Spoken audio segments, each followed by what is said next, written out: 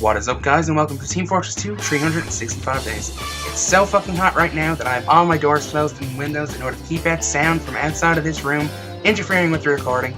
So in order to make this, I'm pretty much putting myself at risk at dying. I hope you all know that and appreciate it. Being serious though, the new update is amazing. I'm really enjoying a lot of the patches they've made. Some of the weapons. So far, I kind of enjoyed this new map. It's CP Stand-In. It's one of the 2 new maps they released. Hoping I'll be able to get a process video up at some point. But not a lot of people seem to be playing it on servers, so not sure when that's going to happen. So, saying about this map is really simple. The layout is you're on one side, they're on the other side, and in between you are 3 command points. It might sound kind of similar, but the difference is the 3 command points, I should say, are in a complete line. And in order to capture one, all you have to do is stand on it. You don't need A to cap B, you don't need B to cap C, you don't need C to cap B, you don't need B to cap A, whatever. You pretty much have the 3 command points available to you from the minute you're at your spawn point. All you have to do is walk out to the left for A, the right for C, or straight ahead for B. Cap it, cap all 3, and you win.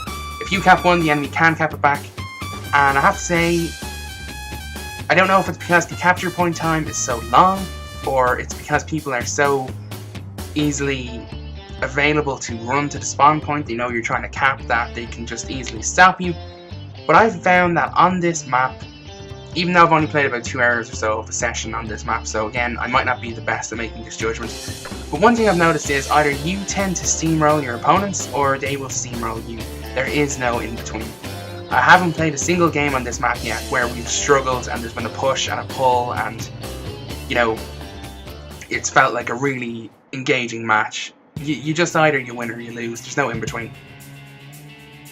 But despite having said that, I do enjoy it for the fact that there's quite a few health packs around. People are readily available to kill. So, you know, if you want to go into a server where you can just, you know, shoot people while pretending you have an objective, CP Stand-In is the good way to go. And I think it really caters to pub players a lot because that is what they tend to do. You'll find most people won't go for the objective. They just want to kill things. This is the perfect server for these kind of people.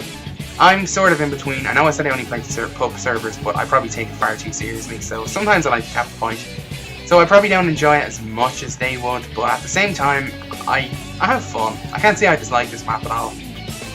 Even if it is a little chaotic, and it made it a lot harder to get proper footage I could use.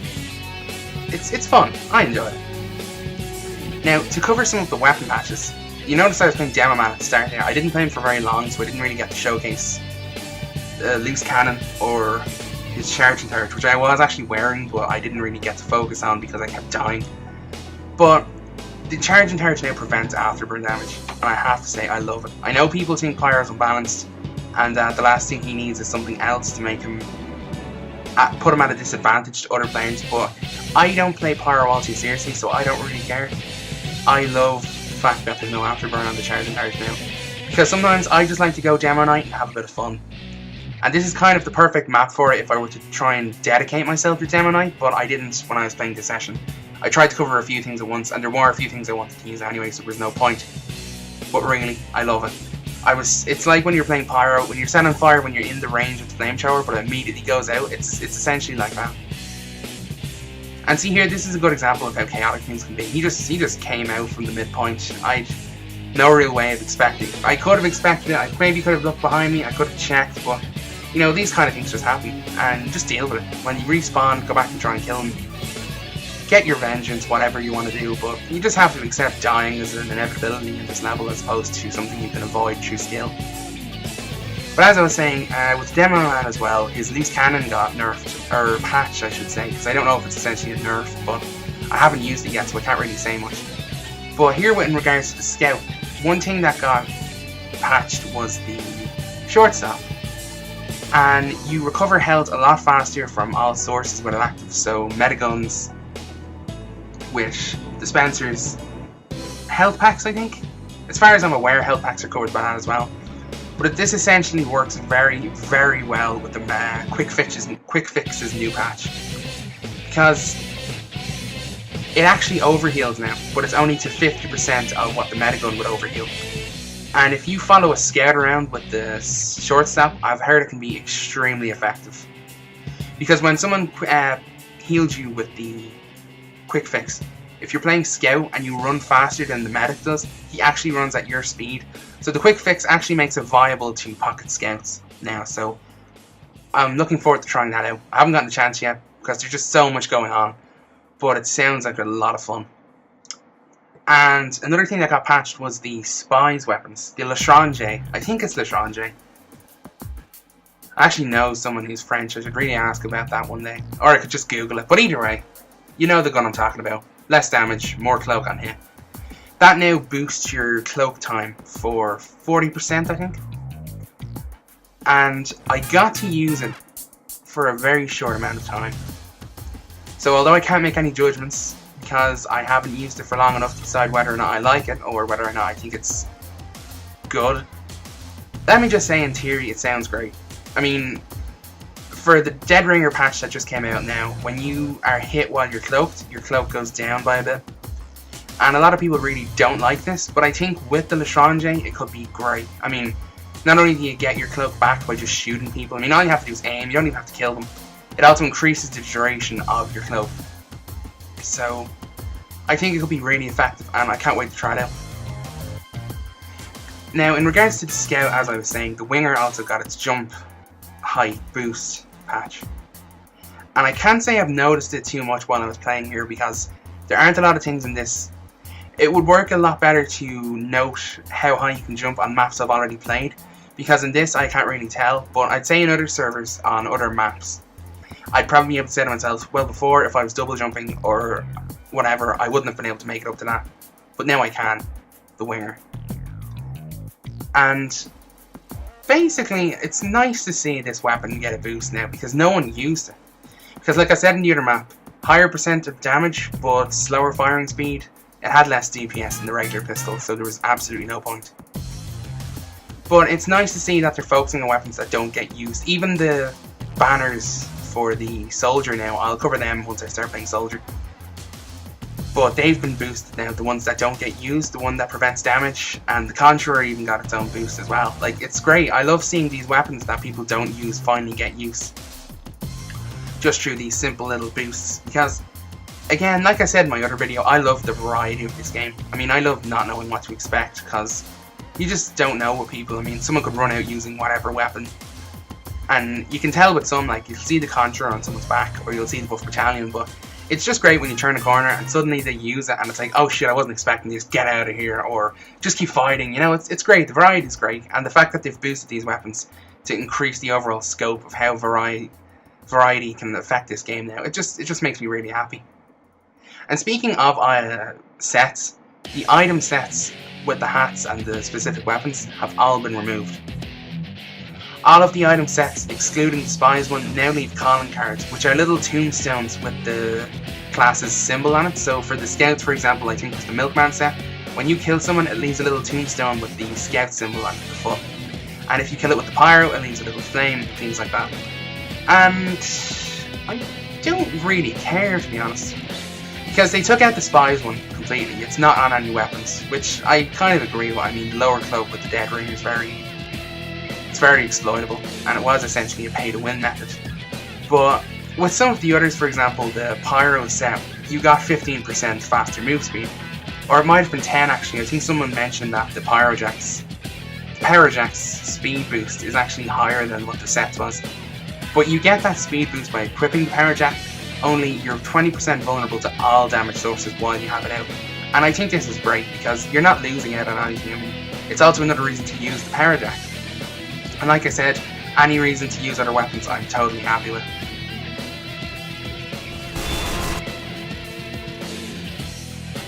I think they've gotten rid of the Sniper's item set boost as well, but I haven't used Sniper yet, so I can't really comment on that.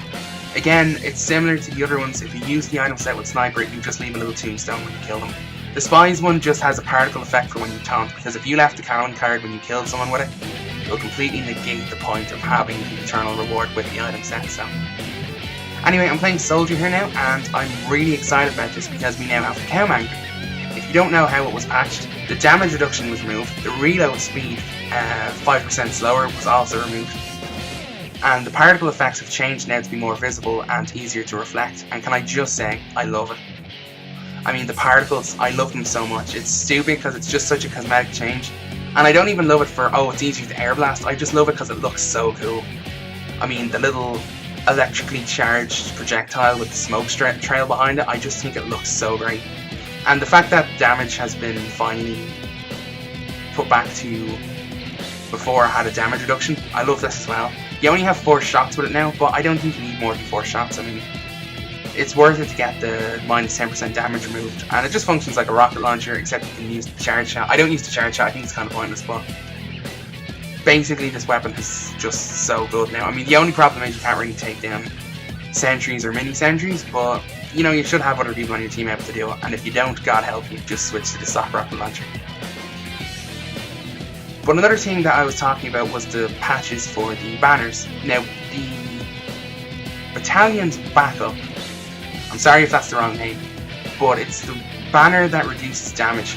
That reduces more damage now, I think it's 40%, and when it's active, it's also 15% less sentry damage. And you can boost it now by just doing damage. I used it right there, all damage reduction, but basically you can charge it by doing damage now. And a lot of people really like that because you used to have to charge it by taking damage. And it was a really unreliable way of getting it. I mean, unless you had a pocket medic, and even then you could easily get gunned down and just lose your bonus. But now that this has been boosted like this, I think it'll see a lot more use because that damage reduction is just sweet, especially for taking down sentry guns. And it's the same with the Conjurer now. When you used it before, you would deal damage, boost it to the top of the little gauge. And when you used it, every time you damaged someone, you would get health back. But another thing they've added to it now is a speed boost, which means that when you use it, your entire team is not only getting health back for all the damage they do, they're all boosted by quite a bit in terms of speed. So it's really good for making offensive pushes. And I think these are some very effective boosts they've made. I mean, I can't get over how much I love how all these weapons that people have ignored for so long are getting so much use. Talking about the quick fix, the overheal boost is just so great. And it works so well with short staff, but just in general it works so well. I mean, I really love it. I really can't get over how much I love this patch. I didn't think I'd really care too much because I didn't give a damn about any of the weapons. But that was because I was thinking of it in the style of, okay, you're going to take a bunch of weapons and you're going to make them weaker so, you know, people will stop complaining. But I never thought that, oh, they'd actually boost weapons. And I didn't consider this until the update page brought it up that they'd be boosting some weapons to get more, like, people would use them more. And I just love it. Another thing, I completely forgot about that's been boosted. Or should I say patched, sorry. Because there was a bug. And I'm going to sound like a huge hypocrite saying I'm glad about this on account of the fact that I did say I didn't care about it. But they finally patched the mini sentry. And the way they did it was, when it was being built, it used to regain health whenever it was damaged. So it meant that you couldn't destroy it until it was fully built. Which means that once you saw one being built, you just had to like turn a corner and wait, because there was nothing you could do, you could not destroy it. And oddly enough, it turns out that the amount of time that's been going on, it was a bug. It was an actual bug they just didn't patch. And now that they've finally patched it, if you're using the lock and load or the direct hit, or you know, even like one of the stock weapons, you only need 1 or 2 shots to hit it directly, and it's destroyed before it can even build itself. And again, despite the fact that I said I didn't really care, I do love this. Because when I was playing earlier as Demo Man, I didn't record it, but because a lot of these rounds I had to cut short because we just lost, there was no point in putting them up. I'd die once and then it'd come up, you know, blue team wins. But I have to say, with the lock and load, not even 2 shots, 1 shot, 1 direct hit with that grenade, and it's just gone, and that's it.